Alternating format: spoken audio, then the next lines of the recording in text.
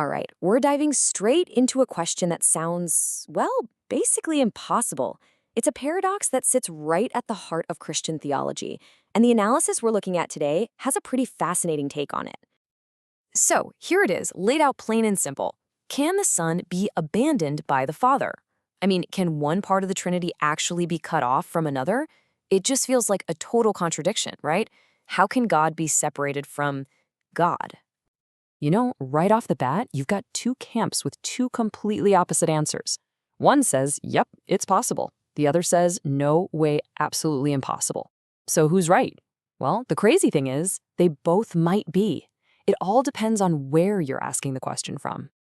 So here's how we're going to tackle this. We'll start with the big question itself, and then we'll get into this crucial difference between God's reality, eternity, and our reality, which is space-time. That's going to show us how something can be impossible in one place, but totally possible in another. Then we'll look at why it happened, and finish up by talking about where our human understanding just hits a wall.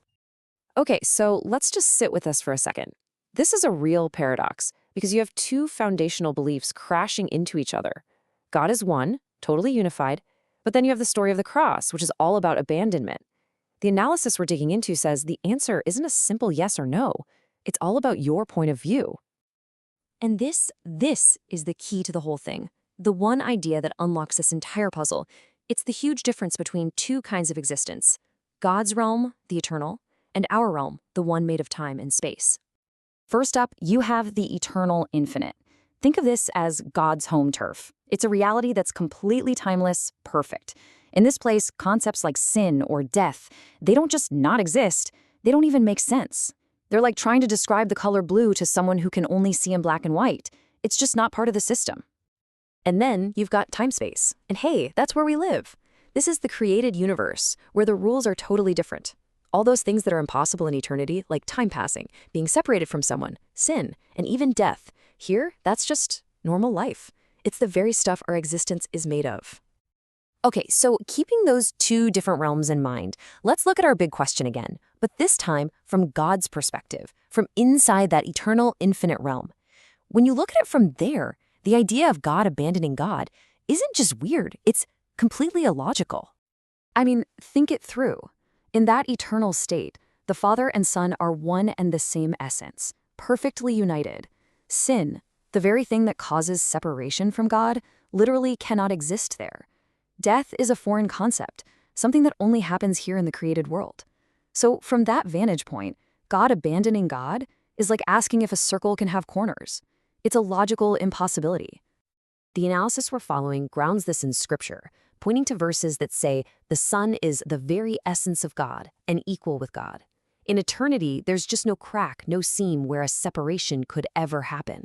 So from this perspective, the answer to our question is a loud, clear, absolute no.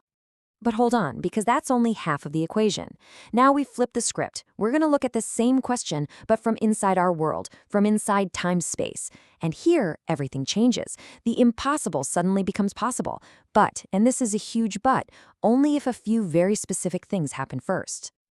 The source material breaks it down into 3 steps. First, God has to enter our reality and become one of us, a creature. That's the incarnation. Second, and this is the absolute game changer, that creature has to take on the sin of the world. And it's only then that the third step can happen. Abandonment becomes possible. The consequences of sin can now actually be felt. And this point is so critical. You really have to get this. Just becoming a human wasn't enough.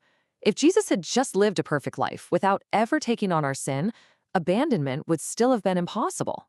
Why? Because there would have been no reason for it.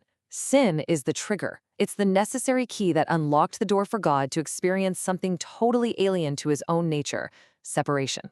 So, okay, we've got the how, we see the mechanism that could make it happen, but that brings us to an even bigger, more profound question. Why? Why on earth would God do this? And according to this analysis, the answer boils down to one simple, powerful word: love. This whole mind-bending event was a deliberate act to show us something. The logic here is actually pretty straightforward. We're stuck here in time-space. We can't see or even wrap our minds around the eternal infinite. So for God to show us love in a way we could actually get, God had to come into our world on our terms.